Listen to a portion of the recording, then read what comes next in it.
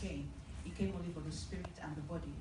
So most times we refer to the feeding of the 5,000. Jesus fed the physical. And he also fed the spirit, the mount, the beatitude and all of that. But we forget that when Jesus Christ came, he came for the three beings. Yes. Man is a spirit being. We have a soul, which is our mind, which is the seat of our intellect, where you think, where you feel, where you function, and then there's the body.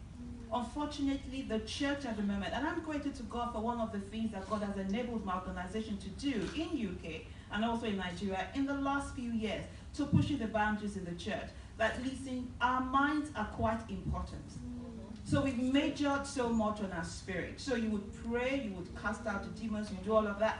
You would major on your body. So we do all the makeup, you do all the gymming, you do all of that. But then where is your mind?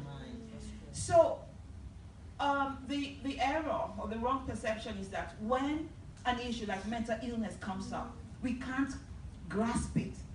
And so we want to spiritualize the solution to that. Whereas it shouldn't be, because there are practical solutions to mental illness. Of course, there's a spiritual side to it, because all forms of illnesses, to be honest with you, there's a spiritual part of it. But however, we should not over-spiritualize one type of illness and leave the other. I brought this up deliberately. It's an exercise I do in many places where I speak, and it's called the Elijah exercise. And hear me from your spirits, really. So Elijah was a man of God, for those who don't know, and he was a prophet. And he was one of these gym prophets. So when you read his story, starting from 1 Kings 17, you see how he's used to assist the widow woman, and then you move forward a bit and he's raising the child from the dead. Then you move forward a bit and he's calling down fire on Mount Carmel. And then you move forward to chapter 19 and he's burnt out. And one of the things that can cause any one of us to develop mental health difficulties is when we're burnt out, when we don't have any rest. Now, going back to Genesis, I believe it's in Genesis 2, it speaks about the fact that rest is holy. And, I really thank God for Laura coming to minister today, because I was reminded again that rest is holy. Taking time out is holy. And you were speaking to me. But essentially, when you look at the story of Elijah, he got really burnt out. And when you get to around 19 verse 4, he's talking about the fact that he wants to die. Now, that's depression. And you find out that when the Lord is going to minister to him, he doesn't actually lay hands on him first or anything like that. The first thing is that the Lord sends an angel to minister to him and to give food.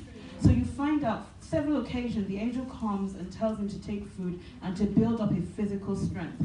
Now, the principle behind that is that, sometimes when you're having a mental illness, you need to be built up. And it could be that you need to be built up spiritually. But a lot of times, actually, before you can get to that stage of spiritual, you need to just be built up physically. Take time out, rest. And that's exactly what happened there. The Lord sent the angel, and the angel ministered to him and brought food. And then when he was rested up, the other things, then the Lord began to speak to him about other things, started to change his way of thinking, which is where therapy comes in. So Elijah was talking about the fact that he was the only one, the only one that has survived, and oh, poor me, woe me. And the Lord spoke to us, his own personal counselor. Amazing. But you've got the Holy Spirit. Amen. But sometimes the Lord's going to use therapists.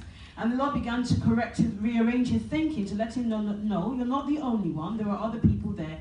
And then when he was strengthened and the Lord had corrected his thinking, he was then strengthened to go out and do the work that God had called him to do. What am I saying? That even if somebody like Elijah could suffer from mental illness, if David, if you look at the Psalms, especially Psalm 42 and 43, I was reading them when I was coming on the tube, he says, why is my soul cast down within me? Hope yet in God, for you shall yet praise him for the help of his countenance. If David could suffer from depression, if Hannah, when she was waiting for that child, was depressed, she wouldn't eat. Why do you think that some of us in this room won't suffer from mental health difficulties? But we have to be balanced, as I said, because it's multifactorial. Thank you so much. Now, I have 2 questions.